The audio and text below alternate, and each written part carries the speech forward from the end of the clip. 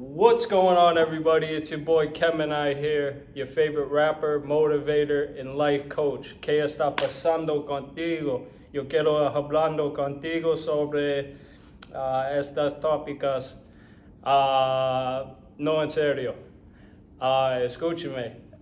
I don't know why I'm talking in Spanish right now, but listen, we're going to do something special for you guys. So I was talking to a guy. He told me he wanted to hear some more about my jail stories. So let's dive right into it. If you've been following me for a while and you've been liking my videos, my rap content, just know I'm going to be dropping some new rap music in the near future. So hit the like and subscribe button and stay tuned. So there was this one situation when I was in jail that I can remember. First, I get in there, and it was kind of just a situation I've never really been in, right? The police, they bring me to the back corner, and then they had to search everybody. That's the procedure when you enter jail. And I was one of those guys that just have never been there before, so I don't even know what I'm doing. At this point, I'm kind of scared, so, I'm just following the rules. And they proceeded to strip search me. They started taking off all my clothes. And, I was just taking off everything because right after that, they're going to decide where to put you in any unit. You know what I mean? There's a million units inside the jail. But for this particular time I went to jail, they ended up putting me into a all Spanish unit. Right, so like as soon as I enter into the unit, all the guys just immediately suspected I was Spanish because 98% of these guys, they were Spanish.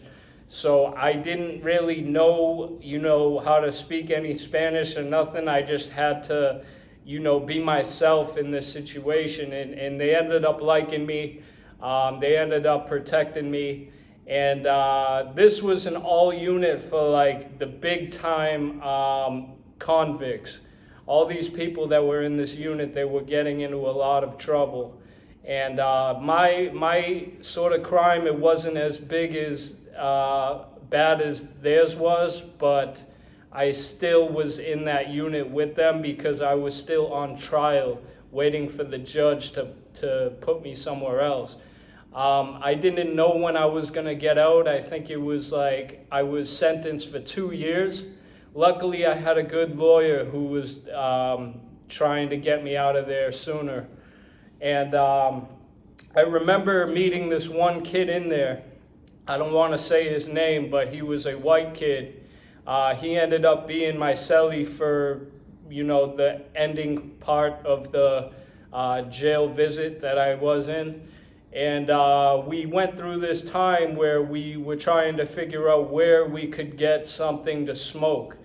And as you guys know, in jail, it's hard to gain access to, all these sorts of substances, but not if you know the right people, you know what I mean? People, you hear the stories all the time. They come in stuffing stuff in their butt cracks and friggin', selling them on the units and stuff like that. So we actually got a hold of this synthetic weed. I'm sure you guys are familiar with it. It's called K2. It wasn't my cup of tea, but it got the job done, when I needed a little pick-me-up. I wasn't heavy into drinking coffee, but some of the guys, they would wake up in the morning and then just give me some coffee, which I appreciated it because things are hard to get in jail, especially when you have no money. So we started getting a hold of this stuff called K2, and while we were packing it in, while we were rolling a blunt with it, we were in my cell. We had to wait till it was like 10 at night, right? And then all of a sudden, the guards started walking around the unit while we were actually trying to dry this stuff on the wall up top next to the light. And I remember standing on my table that was inside my cell, and my cellie, he's like, yo, the guard's coming up the stairs, we need to do something fast. So me, like like an idiot, right? I didn't want to draw any attention to what we were doing inside my cell. So I jumped down, and the guard is approaching our door, right? But as he approaches my door, he realizes, because apparently, first of all, apparently word got around that something was going on in our cell. And we just knew that they were going to try to open the doors on us. So I was already naked by the time they got inside my cell.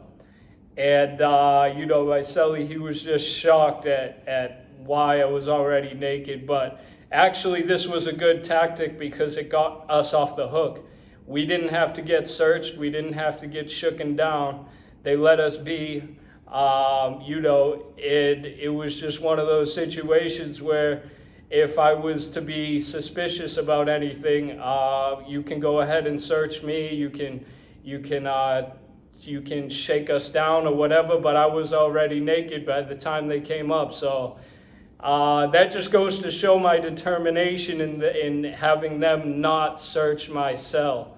If you guys can relate to that, then all the best for you. But if you think that's kind of absurd, then that's just the lifestyle. When we're in there, we kind of get crazy. Actually, I kind of had a good time while I was in there. I'm not gonna lie. I try to make the best of every situation.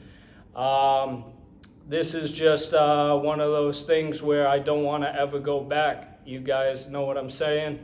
And I encourage you to stay on your grind. I encourage you to follow your passions, do what you got to do to succeed, and never lead yourself in that wrong path in life. Okay, guys, it's your boy Gemini. I'm going to talk more about the rap soon. New music video dropping soon. I love you guys. Stay tuned for the next video. Out.